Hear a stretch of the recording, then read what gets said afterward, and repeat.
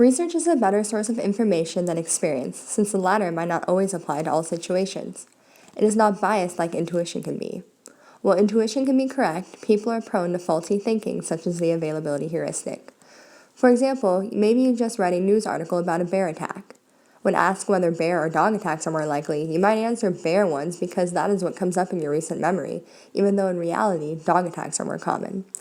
This might make you less cautious when you encounter a dog you do not know. Instead of letting that dog sniff you first and checking with its owner to see if you can pet the dog, you might just quickly reach down and pet him. This could end badly if it is an aggressive dog. Imagine you just heard that a professor says that obesity has to do completely with nurture and not nature. You might believe this since they are a professor and they sound credible. However, this might not be their field of study. As a matter of fact, it turns out that they have a doctorate degree in history, not psychology or biology. This means even authorities might not be correct, so relying on them for information is not always the best route. Some people might believe everything they say since it might seem like they know what they are talking about. However, they might just be talking about personal experience or might not actually be an expert in the field they are talking about. You might end up thinking that people who are obese are that way by choice and upbringing and not know that there could be a biological base for their struggle with weight. This could keep you from fully understanding their situation.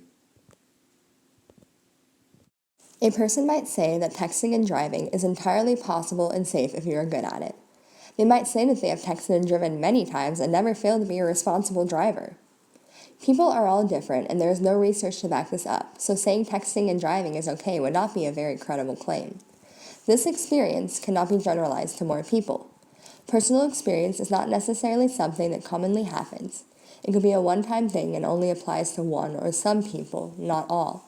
Look at the research to obtain texting and driving statistics. Science is set up so that these issues from experience, intuition, and authorities with the wrong credentials can be avoided. Researchers take steps to make sure mistakes are caught and try not to mislead with their words. They are very cautious with their wording. They want to be sure that they do not imply something they did not find. Scientific articles are peer-reviewed, which ensures that issues that the researcher made can be found by others. They also try to eliminate confounds, which means they set up a study in a way that avoids possible alternative explanations for what caused their results. This exhibits that scientific research is a trustworthy source of information, given that the research comes from a credible journal. Other practices are used in scientific research to make it dependable. Comparison groups are used so that the researcher can see that there is a difference between a group with the treatment and a group without it. For the Mozart effect example, a researcher probably would have wanted to compare a group of kids who listened to Mozart with a group that did not and see if either group did better on an intelligence test later on. If the group that listened to Mozart scored better, this could strengthen the researcher's idea that Mozart improves intelligence.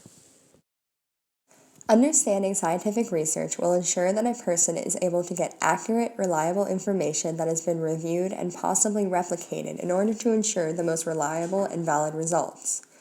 Scientific literacy can help you be safer and healthier by allowing you to understand the research that has been done on certain topics.